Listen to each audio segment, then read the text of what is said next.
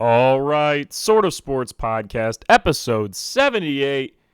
And here we go, the national championship for 2023. The 2024 national championship, but it's the 2023 season, is now set between Michigan and Washington. So I'm currently 2 for 2 on my college football playoff picks and looking to be 3 for 3 if Michigan defeats Michigan defeats Michigan. Well, that'd be a hell of a matchup. No, if Michigan defeats Washington in the national championship. That is still my prediction. Both of the games were really good. I think the Michigan-Alabama game was a significantly better game. I just think both teams were playing better football, to be perfectly honest. It felt like Texas-Washington was like a Madden game. You're just going back and forth and nobody's playing that much defense. Whereas Michigan-Alabama really felt like a chess battle, especially at the end when Harbaugh and Saban kept calling timeouts against each other for no reason. Obviously, Michigan getting the huge win in overtime. Blake Corum, who hadn't had the biggest game other than that big catch on fourth down when Michigan really needed it, scores the last touchdown of the game for Michigan to put them ahead in overtime. And then Alabama, 4th and goal, gives it to Jalen Monroe, and he dives right into the middle of the pile. And that's the ball game. Did not get the touchdown. And, it was a shocking call on 4th down. I really don't understand it. And I know, for those of you that don't know, I am not a college football coach. I know. I think maybe you could tell that by looking at the videos on the other channel. But just so you know, I'm not a college football coach. Nor am I a high school coach. Nor am I professional. I don't coach any football, actually. But I think I wouldn't have went with QB draw as my last play that I need on 4th and goal, the do-or-die play. Because at least with a pass, then Jalen has something to work with. He can run it himself if there's no options. The QB draw, it's a one-time shot. It either works or it doesn't. And I guess they were thinking it was going to work, but it did not work at all. You know, it's been the subject of memes ever since it happened. That was Monday night, and I'm still seeing memes about it 3 days later. It's just, everybody's like, what was that? Really confusing call from Saban. It was funny, though. I still stand by Alabama. Michigan was the real national championship winner. That's going to win the whole thing. And I go back to the fact that if you watch the Washington-Texas game, like I said with the defense, I mean, SEC Big Ten, for my money, are easily the two best football conferences. Texas and Washington. I think Pac-12's been really good this year. And the Big 12 is always pretty solid, but I think Pac-12 is actually better this year. And those are the two conference champions from those conferences. So I do think it's interesting just the way things turned out. You had the SEC and Big 10 champions facing off in the semifinal instead of the final, when I do think those are the best two conferences. So it's going to be a great game Monday night between Michigan and Washington, but I wouldn't be surprised that around the third quarter, Michigan takes hold. It'll probably be a close game in the first half. Washington does have an insanely high-powered offense. Penix just tosses it up, and Rome goes out and gets it. I think it's a doozy. Is that how you say it? But Rome goes out, the wide receiver for them, it's going to be a first-round wide receiver. He just goes out and gets it, and they can march down the field that way. For Michigan, they play a very different brand of football than Washington, but I think Michigan's defense is going to slow them down. Michigan's defense is statistically the best defense in the nation. So them going up against a high-powered offense with a team whose defense is pretty good, but not exceptional, I do think Michigan is going to get the win here. And like I said before when I did my picks, it just feels like a destiny team. It just feels like a team that's meant to be national champions this year. With everything going on with them, it just feels like it's meant to be. Are they cheaters? I don't know. Odds are you don't know either. We're just all going off the same reports. I think there's probably a decent chance, I'm not going to lie, but that doesn't change the fact I'm taking them to win the national championship. Are they going to get stripped of it in 6 months? Maybe. I'm not sure, but we'll have to see what goes on with all that. But, I obviously don't agree if they're doing cheating practices, but I'm looking at it from my perspective. I do think they're going to win the national championship. I think Blake Corum and J.J. McCarthy will probably leave and go to the NFL. So that's all I got to say on college football. Let's flip it to the NFL. So the Ravens absolutely took care of the Dolphins. It was supposed to be a big game. Sunday at 1, everybody was tuning in. Big marquee matchup right there. And it was pretty close to start, and then the Ravens just took complete control of it. The Ravens really made a statement because, I mean, everybody knew this Ravens team was really good. The people are finally starting to be like, wow, this Ravens team could win the Super Bowl. I mean, they were doing that earlier, and then a lot of people, including me, when Mark Andrews went down, was like, probably not. And then ever since they lost to the Browns on November 12th, the Ravens haven't lost a game. They are currently on a 6-game win streak. So really impressive from them. Could potentially cap it off this weekend to a 7 straight wins. They're hot going into the playoffs. It's always a good sign. They beat the Dolphins 56-19. Been saying all year this Dolphins team has absolutely no defense. Their defense, I mean, you look at the personnel, should be good. Bradley Chubb, Jalen Ramsey, 2 guys that you look at and you're like, oh, those guys are good. You watch the games, it does not work out that way. This Dolphins team cannot play defense. Ravens putting up 56 points on you is embarrassing. Absolutely embarrassing. The Niners have a good defense. Niners still gave up 33 against the Ravens. Just want to point that out. So, the thing is with the Ravens, I do think they're the most complete team in the league. I think they're going to win the Super Bowl. And it'll be interesting for when you guys hear my pick on what I think is going to happen when they play the Steelers this weekend. So, yeah, but they took complete control of the Dolphins. I just want to point out their last couple wins. They beat the Dolphins 56-19. They beat the Ravens 33-19. They beat the Jaguars 23-7. They beat the Rams 37-31. That's in overtime. It's one of their only close games. Every single other game that I've named, I think if I asked you, okay, if I said Rams, Jaguars, Niners, or Dolphins, rank them, you'd put Rams last. Yet they scored the most out of all these teams in the Ravens. Nobody else scored over 20 points. Niners were the closest of 19. Only a touchdown to the Jaguars. And then for the Dolphins, 19 points. One of the most high-powered offenses in the entire league. 19 points. The Niners and Dolphins, 2 of the best offenses in the league. 19 points to each. Now, the Rams 31 is weird, but they still won in overtime, so I give the Ravens credit. Played the Chargers, 10 points. Ravens win 20-10. Which is weird because the Chargers don't have the best defense. They have a really bad defense. The Ravens only put up 20. Can't remember exactly what was going on in that game. They play the Bengals. They win 34-20. Before that, they're playing the Browns. They lose 33-31. Close game. There's just hardly any losses on the year. I guess it's pretty obvious when they're the number 1 seed. They are 13-3. They don't have a lot of losses.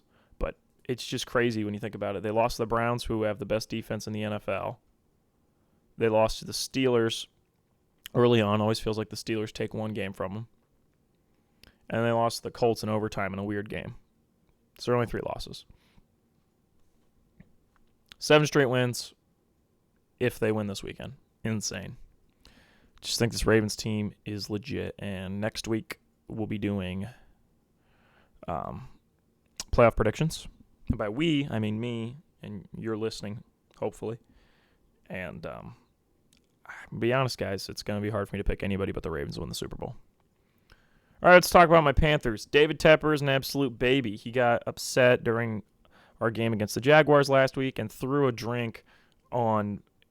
drink in front of him onto a bunch of Jaguars fans. Dude's just a real asshole, and I don't like him. And I hope somebody else owns our team. But the thing is with owners is they have to sell it for somebody else to buy it. So it really sucks because having a bad owner really hurts everything in your organization from top to bottom. So I don't really like David Tepper. And, if I was a coach and they were like, hey, you want to come work for the Panthers? I honestly don't know if I would because I think he's a real problem. And also, Scott Fitterer just standing by while Tepper does that. If you've seen the video, you can look it up, David Tepper, you'll see the video. And Scott Fitterer literally just stands there while Tepper does this. Doesn't say a word because he doesn't want to lose his job or whatever, and it's annoying. So, Panthers are a joke. They're just an absolute joke. Yeah, Tepper is also the owner of the Charlotte Football Club for MLS.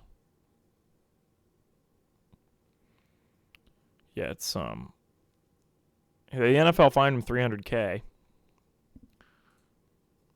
So, I mean, that probably really hurt his $20.6 billion net worth. Really hurt his feelings.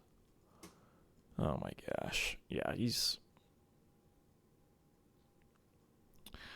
Oh, my. Don't like David Tepper. Really hope he doesn't own the Panthers much longer. Yeah, here's a top story. Billionaire Panthers owner loses 0.0015% of his net worth after unacceptable conduct against a Jaguars fan. Wow. You really showed him, NFL. You really showed him. All right, we're done talking about him. I got to say, I think this Texans team's got real juice. It is... Okay, so... I think I can go to NFL playoff scenarios. The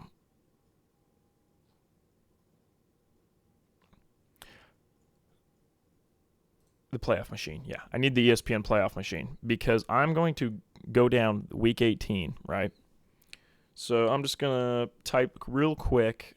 I'm just picking the teams I think are probably going to win this week. Now, granted, I probably won't be perfect.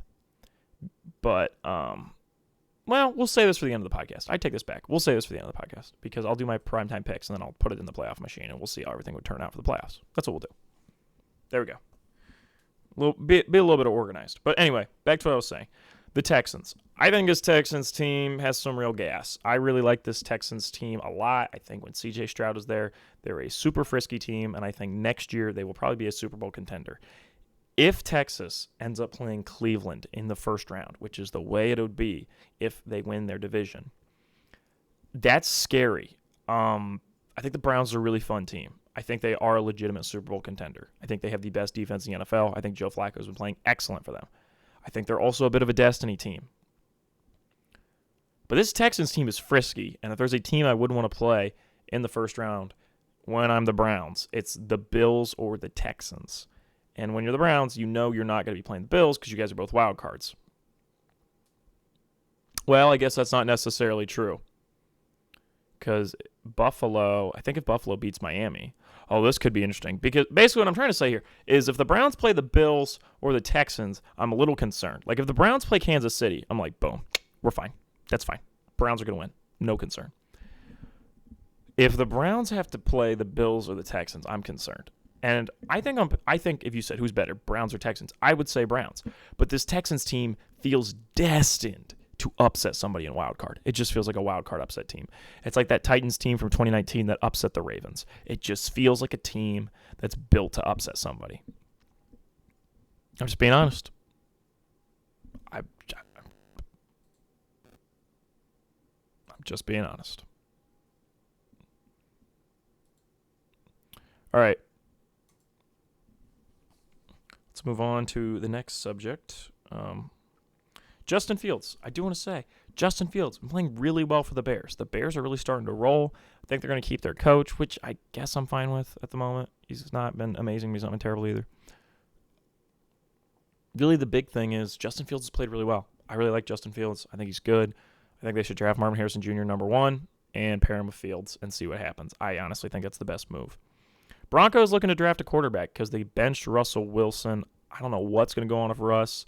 He'll probably be like a Raider or a Viking or some team that decides they'd rather have old Russ than draft somebody, which I don't understand because I feel like there's a lot of quarterbacks in this draft. You could take a swing. But granted, there was a lot of quarterbacks in the 2021 NFL draft that were all super hyped up. I think I've talked about it before on this podcast. That draft class, I don't think anyone has played as well as we thought they would have. Fields is actually one of the only ones. I think Fields lived up to the hype. But, like, Trevor Lawrence is really good, but he's not as good as we all thought he'd be. People were talking about him like he was going to instantly be an MVP by, like, his second year in the league. He is not that guy. He's just not. Caleb Williams is probably going to be there at the 3 pick. Like, the Patriots will have a shot at Caleb Williams if they want him. It'd probably be Marvin Harrison Jr. number 1 to the Bears. And then the Cardinals probably going to trade back, or the Cardinals get Brock Bowers. Like, the Cardinals can really do what they want. It's really interesting. I guarantee if I look up, let's look up an NFL mock draft for 2024 real quick. Let's see what's going on And see if people are agreeing with me. CBS Sports are always outrageous. They always do, like, a lot of quarterbacks being taken early on. Yeah, here we go. NFL mock draft. Number 1, they have the Bears trading back with the Giants, and the Giants take Caleb Williams. Oh, okay. Actually, I take this up. Right now, the Commanders, the Commies, they have the second pick. Well, then now it's starting to make sense because the Commies will probably draft a quarterback. Interesting. Okay. So they have the Commies taking Drake May. Then they have Jaden Daniels to the Patriots. They have Marvin Harrison Jr. to the Cardinals. And then that would give the Bears the 5 pick where they take Latu, the edge from UCLA. I don't really think that'll happen. I think the Bears will just take Marv. Is there any mock draft out there that has the Bears just flat out taking Marv? Let's see what Bleacher Report did with their mock draft. Oh, nope. They have the Patriots trading up with Chicago to get Caleb Williams. I think the Bears are just flat out going to take Marv. Seems like the Commanders. Okay, I forgot the Commanders have the 2 pick. Well, this draft isn't terrible. All right, so this mock draft has the Patriots trading with Chicago. So the Bears do the 3 pick, Patriots have the 1 pick. Patriots get Caleb Williams. Then the Commanders have the 2 pick. They take Drake May. I feel like that's realistic. I honestly think Drake May is going to be a Washington Commie, as long as Caleb Williams isn't there at 2. But in my world, I don't think anyone trades up. I think the Bears just keep their pick, take Marv. You guys have fun with the QBs. Has a wide receiver ever been drafted number 1?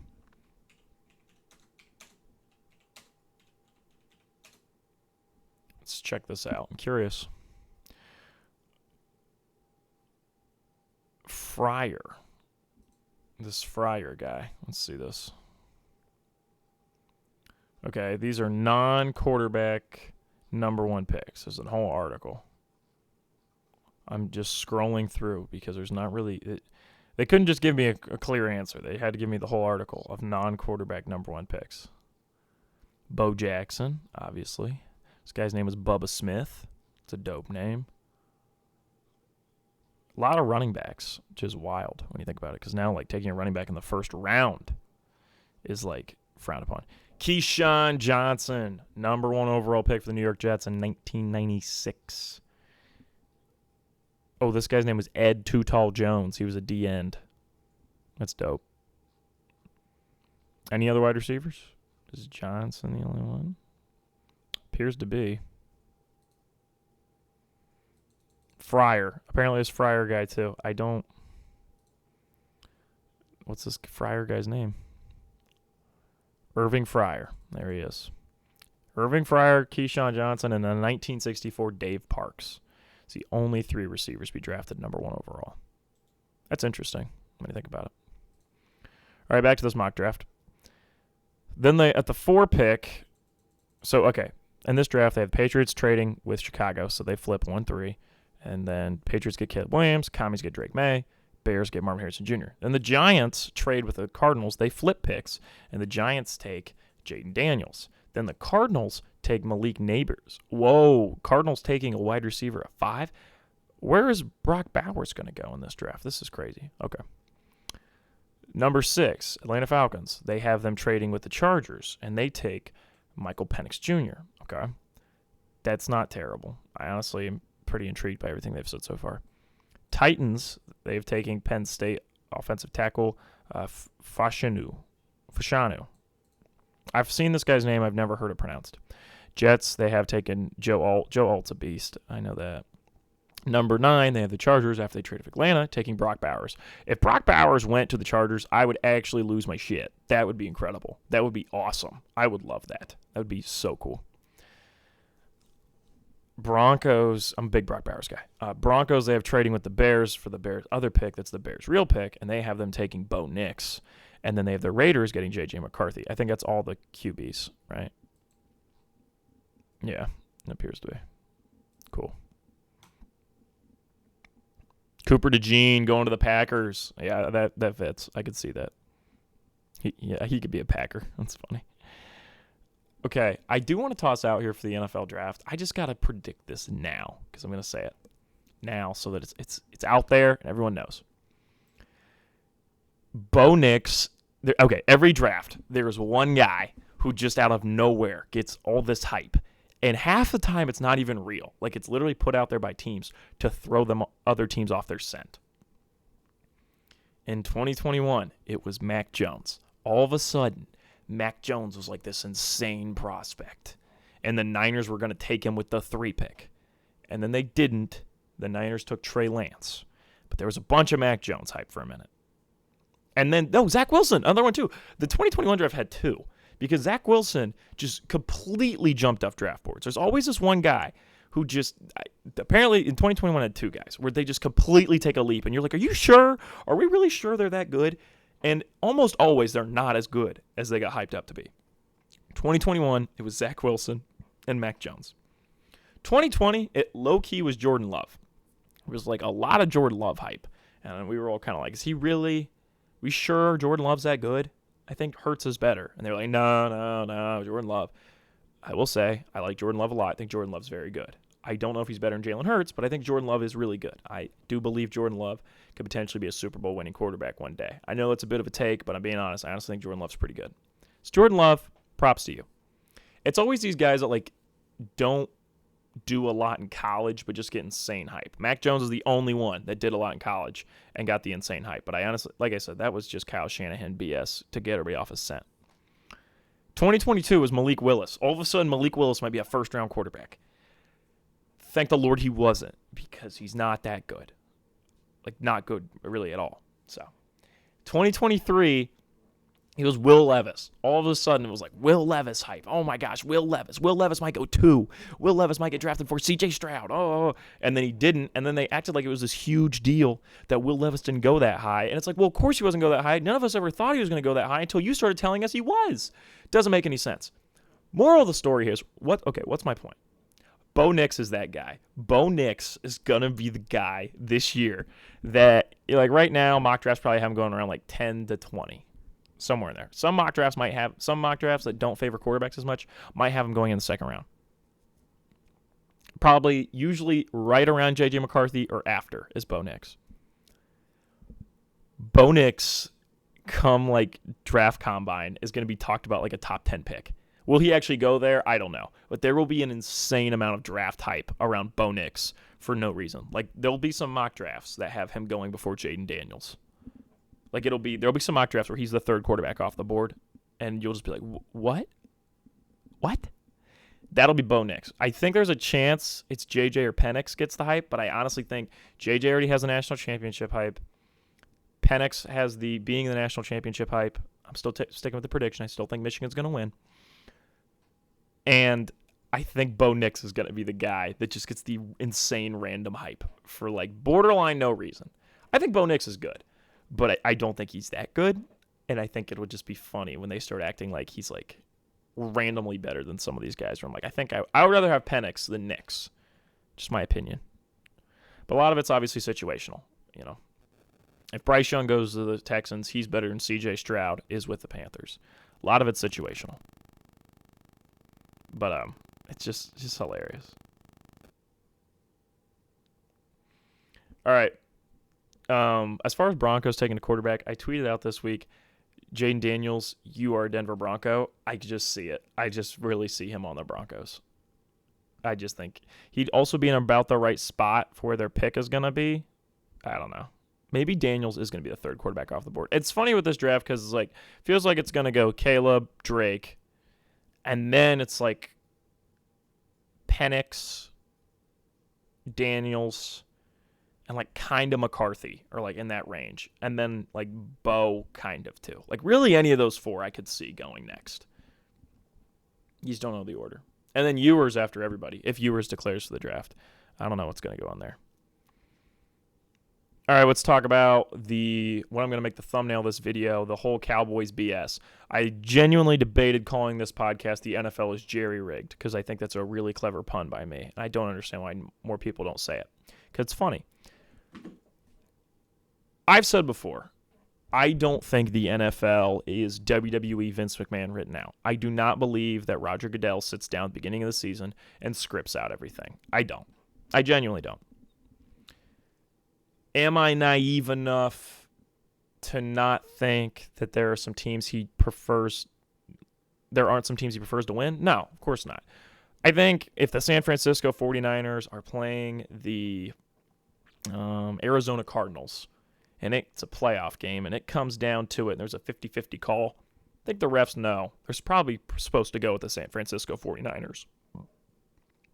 I do believe, whether it is deliberately said or not, there are some teams that they prefer to win over others. And right now, those teams are, the Chiefs, the Rams because they're LA, the Niners. I'd say kind of Buffalo, to be honest. I think they enjoy how much Buffalo. There's a lot of NFL commercials of Buffalo, like a lot. Buffalo, Dallas, because they're a big money team. A lot of your bigger money teams are going to get the benefit. And you can become a big money team. The Bills didn't used to be, and now the Bills are like one of the most popular teams, and they market them like crazy. Same thing with the Eagles. You can be, and same thing with the Chiefs. Chiefs were never like the most popular team. Now they market them like insane because they're like huge now. So you can become a big money team. But that doesn't change what happened with that Lions-Cowboys game. I don't think I need to explain it. I think if you're listening to this podcast, you understand what went on with Decker reporting as a receiver and then them saying he didn't, calling a flag, which cost the Lions the game against the Cowboys. Here's my thing. The Cowboys are undefeated at home. I don't think this Cowboys team's that good. I'm not impressed.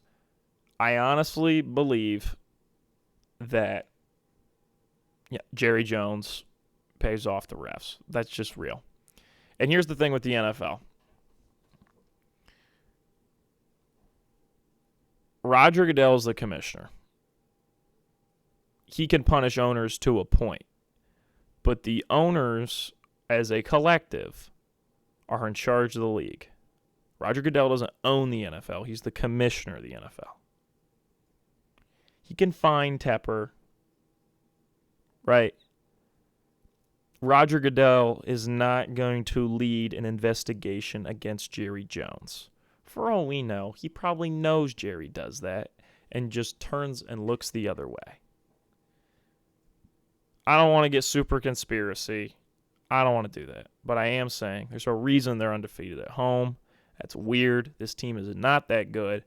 I really hope they don't get... Right now, they're currently set to win the division, which means they would have a home field advantage during the playoffs, which I hate because I don't want them to have that. That's gross. But regardless, there's a reason they're undefeated at Jerry World. There's a reason it's even called Jerry World.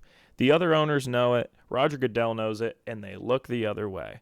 And I don't like that. But I honestly, I don't want to come out here and sound like I'm like a conspiracy theorist because I'm not trying to be. But at some point, you got to look at the facts. And I do think that's what goes on. I think.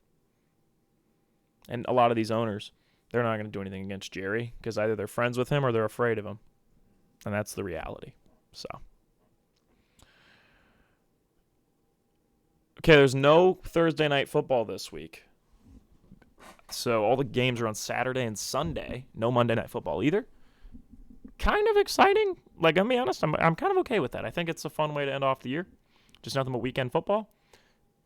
And so let's do the marquee matchups. So 1 p.m., I'm actually only doing one 1 p.m. game and 2 4 o'clock games because there wasn't really a lot. All your good games, like all your big games that have playoff implications, they made Saturday 4 and 8 o'clock and then Sunday night. So there's hardly any like good games that are at the Sunday at 1 or 4 o'clock. So I tried my best. But 1 p.m. Sunday, we have Lions versus Vikings. Vikings almost beat them last time. Lions looking for a bounce-back win. Should be a decent matchup. 4 p.m., I have Bears versus Packers. Bears could finish off their year with a big win against the Packers. If they beat the Packers, I do think it could mess up. Yeah, they can play spoiler to the Packers' playoff hopes. So that's pretty interesting.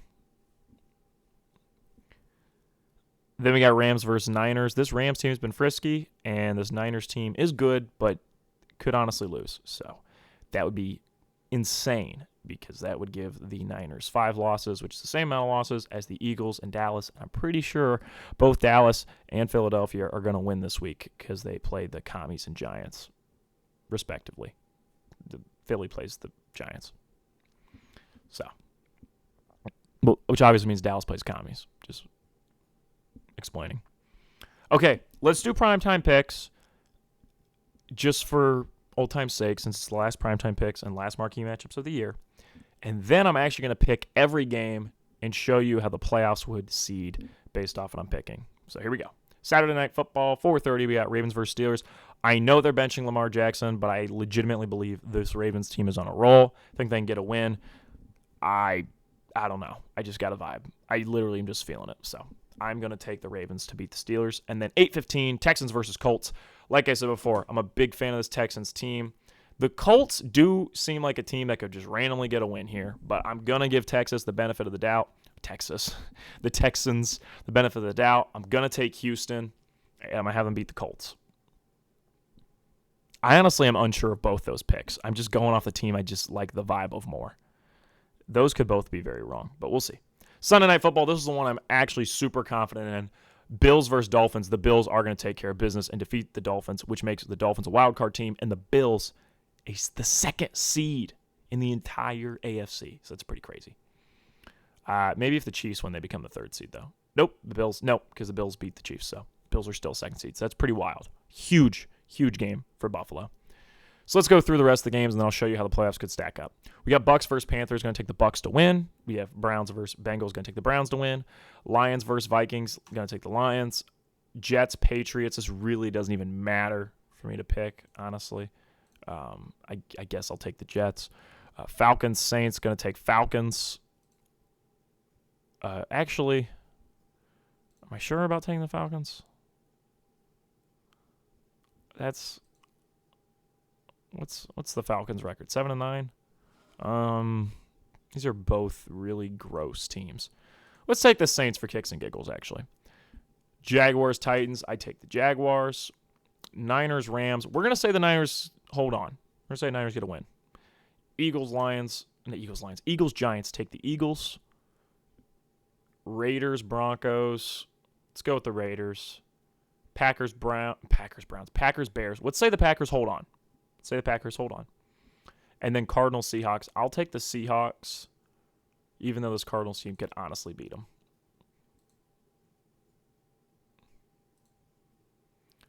All right, so here's what's interesting. The way this lays out, if the Cardinals upset the Seahawks and the Bears upset the Packers, New Orleans would make the playoffs if they beat the Falcons. Now, if the Seahawks beat the Cardinals and the Bears upset the Packers, the Seahawks make the playoffs. So that Bears-Packers game has a lot of implications because it doesn't matter what goes on in the Saints and Seahawks games. If Green Bay beats the Bears, Green Bay is in the playoffs. So Green Bay really needs to win this weekend. I honestly have faith in Green Bay winning, so I'm going to take them to win.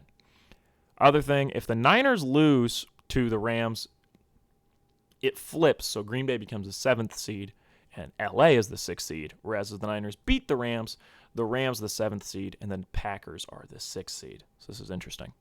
So if all my picks were correct, the way it would lay out is your first seed in the AFC would be the Baltimore Ravens, and then your wild card games would be Houston at Buffalo, Miami at Kansas City, and Cleveland at Jacksonville. On the other end, in the NFC, we'd have San Francisco as the 1 seed, with LA at Philadelphia, Green Bay at Detroit, and Dallas at Tampa Bay. Nice thing is, if the Eagles win, they are guaranteed to be the home team from the NFC East, which is very good because I did not want to have Dallas have home. Oh my gosh, it'd be terrible. Okay, so quick thing I do want to toss out there. The Jaguars game is pretty huge because if the Titans could pull off an upset over the Jaguars, that flips and Jacksonville becomes a wild card team and Houston becomes the 4th seed. And that's completely different.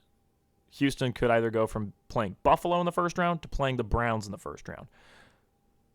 It's weird because I think Miami and Kansas City right now for my money. Okay, let's say the 7 teams, regardless of seeding in the AFC, I don't know if this is the best 7 teams. It's definitely got the best 6 teams. So let's go through this. The 7 teams that are most likely going to make the playoffs for the AFC are Baltimore, Houston, Buffalo, Miami, Kansas City, Cleveland, and Jacksonville. If you said to me, who are the best teams? I'm going to say Baltimore, Cleveland, and Buffalo are the three. Probably in that order, too. If you said who are the worst three, I would say Jacksonville's the worst, then Miami. Is it Jacksonville, Houston, Miami? Probably. I can't let how much I like this Texans team shroud my judgment too much. But there's honestly an argument Miami's better than Kansas City. It's tough. I'm really just banking off the fact that Kansas City always seems to put it together in the playoffs. So it is very interesting that Jacksonville's in this playoff because I don't think Jacksonville will win a playoff game this year. I would be shocked. But let's say they do beat the Titans. Cleveland gets to play Jacksonville in the first round. That's huge for Cleveland. Miami, Kansas City would be a great game, and it's also two teams that I don't think both of these teams deserve to be in the divisional. Only one of them really does, so I'm glad they're knocking each other out. Houston, Buffalo is going to be a sad end of the season for the Texans. I mean, it's been a good team, and D'Amico Ryan's probably going to be coach of the year, but sorry. I can't remember if the NFL playoff reseeds or not. I'll have to figure that out for next week when I do my playoff predictions. In the NFC, it's much less interesting to me. The San Francisco 49ers in the 1 seed. LA would play Philly. That should be a Philly win. Green Bay play Detroit. Detroit should win that. Dallas, Tampa Bay. I'm assuming Dallas wins. I would assume. And from there, we'd get San Francisco, Dallas, and then Detroit versus Philly. So, Detroit versus Philly. Probably the real NFC championship, if we're being honest. I would think so. I don't know. I love Brock, but he's not been impressing me the most lately. Sorry, buddy. Okay, that is it. That was a lot of me talking about hypothetical scenarios, which is something I do love to do, I gotta admit. Speaking of me talking about things, that's the end of the NFL section. Let's go on to ramblings of reels and writings. I currently have recorded a 2-hour video of me breaking down the entire 2023 Sort of Sporties. Said everything I wanted to say. But getting that footage transferred over to my computer has become very difficult because it's such a long video of 2 hours. So I'm starting to lean towards the idea of not doing it as a video and just doing it in the podcast format, again, like I did last year, just because there's so much of me talking that it probably works better as a podcast. Because when I make a video, I try to make it something that's not incredibly long, and once I edit this down, it'll probably be like an hour 20. It's probably 40 minutes of cuttable footage from it. But I am starting to lean towards the idea of just making it a podcast again. If you think it's a terrible idea, please comment and let me know. But I am starting to lean towards that. So, if episode 79 comes out in like 2 days, it's because I decided to just do the Sort of Sporties as the podcast. Just because I am having a lot of trouble moving footage that large, just issues uploading it and to Google Drive and getting all that set away. It took 3 hours to upload about 20% of it. So it's just one of those where it just might have to be a podcast episode, which is fine. I've got other video ideas that are much shorter and won't be as massive of an undertaking. And so I might just be doing the Sort of Sporties as a podcast again, which Sort of Sporties is my favorite podcast to do every year. So I can do it. I'm happy to do it twice, even though I already talked about it once. I'm happy to do it twice. I'm sure my thoughts will be more succinct on a second try, because if you're somebody who listens to all these, you know that I basically don't edit this at all. I literally just talk and put it out there. Literally what I do when I edit is I just put the images in that are going over the video, and then I upload it and then put it on YouTube and Spotify. That's literally all I do. So not an insane amount of editing for me if I just record it as a podcast. And I do think it'll be pretty succinct. It'll probably still be like a 2-hour podcast, but it would be more succinct because I would, I've already run through my thoughts one time.